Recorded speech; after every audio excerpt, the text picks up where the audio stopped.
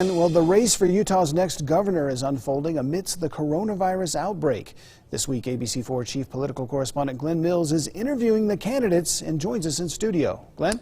Yeah, Rick, we are certainly facing uncertain and challenging times, so we're checking in with the candidates for governor to get their thoughts on COVID-19 and moving forward. Today, we turn to Salt Lake County Councilwoman Amy Winder-Newton.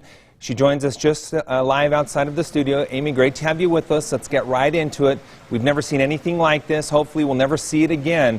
But what is your message as a candidate for governor to Utahns who are on edge and not sure what comes next? You know what? Utahns know how to endure difficult trials, and we're going to get through this. There's going to be a time that we're going to be able to sit in restaurants again and go to ball games and hug our grandparents and do all of the things that we once did. Utahns are resilient, and we can get through this. I have no doubt. Let's talk about the path forward. If you were governor, how would you handle the situation right now? Do you like how we're using the social distancing model? Or there's talk about beefing up stay-at-home orders. Is that the direction we need to go? What do you think? You know, I feel like it would be irresponsible, quite frankly, to second-guess our leaders right now. We need to put full confidence in our leaders. I know that they are surrounding themselves with people who are looking at this very closely. One of the things I would absolutely be looking at is how we can get more testing and then have data so that we can follow the data as we move forward and see where we need to be on that curve and when we can move forward so that our economy is impacted as little as possible and we lose as few lives as possible.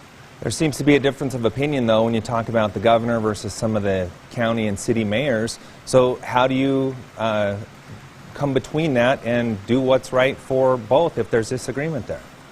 You know, at the end of the day, we've got a governor who oversees the entire state and has to do the best thing that he or she possibly can for the safety and well-being of our state. And so, you know, it's one of those things that, yeah, there's differing opinions. I know that a lot of people, I personally have heard from people who have said, please don't close my business. Please don't do a shelter in place.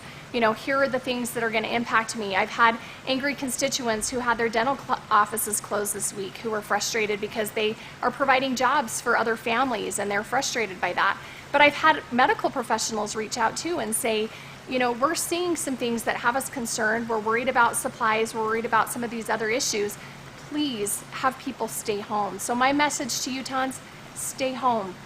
Let's talk economic and keep your family safe. Okay, let's talk economically. How do you get this back on track? People are losing their jobs. We're seeing increase in applications for assistance, for unemployment as well. How do we get this back on track?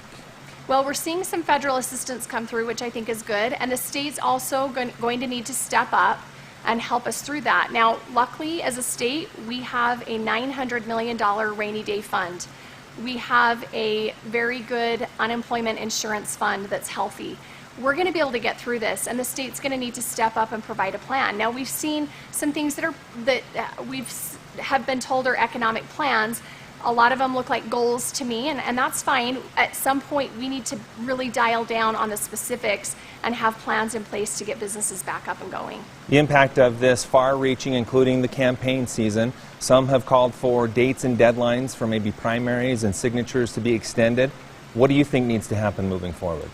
You know, I think we need to move forward. The dates have been set. When I made decisions on whether I was going to gather signatures or not, I took those dates into consideration. I looked at and saw some of the other issues that were at play and made that decision.